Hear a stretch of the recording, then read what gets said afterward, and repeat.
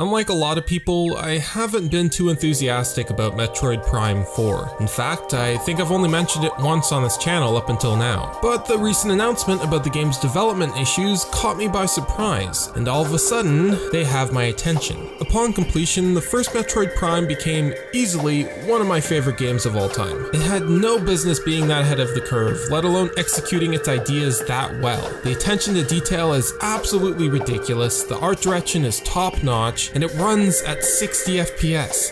How? So then, why wasn't I anticipating Prime 4? Because there was a good chance that Prime 4 was going to be a Metroid game in name only. In the last video I made, I talked about old design philosophies being disregarded, and some of those philosophies being lost to the past. I spliced some footage of Metroid Prime in there because it falls right into that category. Prime is a fantastic experience that still holds up extremely well, but it's also the kind of experience that wouldn't, in a million years, get made in an industry like today's. And to be honest, the same can be said for all of the highest regarded games in the franchise. I think the reason why Metroid has been running itself into the ground for so long is because Nintendo's been trying to reinvent it for so long, in order to keep up with the current gaming trends. Many point to Other M as the definitive breakoff point, but it's a slow process that's been going on for a while now. The bottom line is, a lot of what makes up the core of games like Super Metroid, Prime, and even Prime 2 to an extent, isn't at all compatible with the direction the industry's been going in. Stuff like backtracking and cryptic exploration are integral pieces to the puzzle. These are core ideas that the entire game is often designed around. Yet those are the very things that designers have been trying to distance themselves from for years, in order to reach a broader audience. Metroid is very much the black sheep of Nintendo, and it will never be as commercially viable as its contemporaries, despite being just as groundbreaking and refined. But there's simply no way of changing that without fundamentally changing Metroid itself, and alienating the existing fans. That, however, did not stop Nintendo from trying. The reason why I wasn't excited for Prime 4 was because it didn't seem like anyone at Nintendo really cared to try and reboot Prime before Federation Force caused a shitstorm. And how could I expect a knee-jerk startup project to go against the grain they've created for themselves all these years, and capture the essence of the old titles?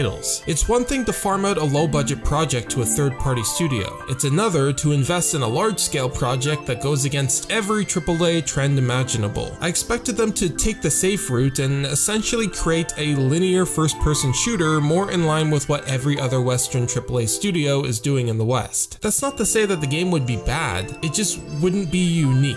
It wouldn't be what I consider to be Prime. I didn't want to see Metroid just copy someone else's formula and come out the other end as a second-rate version. I wasn't inclined to believe that anyone at Nintendo had the inclination to try and work with the ideas that made Metroid special. However, the recent news changes some stuff. Some things. What the fucking speak, man, come on. The fact that Nintendo is willing to scrap 2 years worth of development tells me that they are taking this a little more seriously than I thought. The wording in the apology video suggests that not only is Nintendo restarting development on Metroid Prime 4, but they're deciding to take the game in an entirely new direction, which would make a lot of the work already done unusable. This is what interests me. You see, when a studio finds themselves in a pinch with a long-running IP, some interesting things can happen. Sometimes a project will sit in development for years. Sometimes they'll change the series entirely in order to appeal to a larger audience. But sometimes, just sometimes, they'll do the only thing they can do. They'll go back,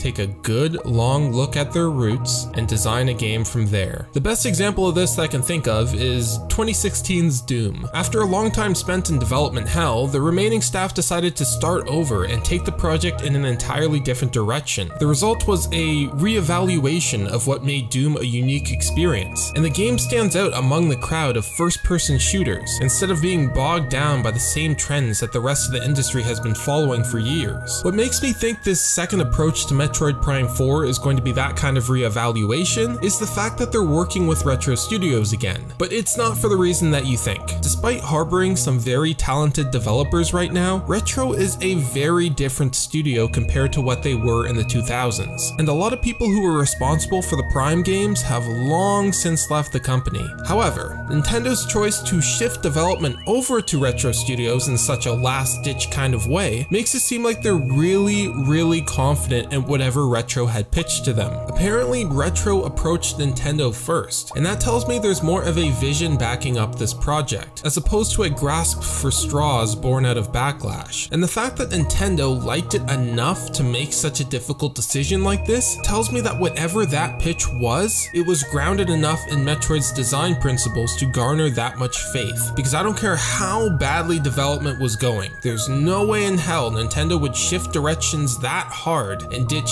2 years worth of progress for potentially another experimental concept that tries to redefine the series. If anything, being this far in the hole in terms of development costs makes returning to their roots the safest bet, and I don't doubt that Retro's pitch was exactly that.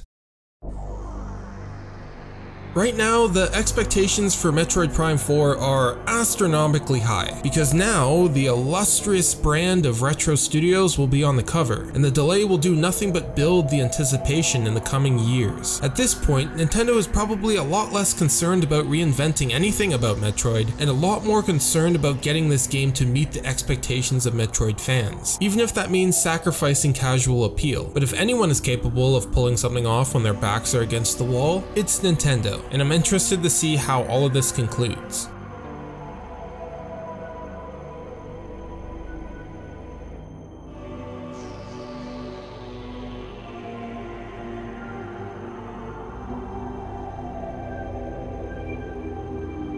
So then why wasn't I anticipating Prime? Fucking take a drink, why don't you, my dude?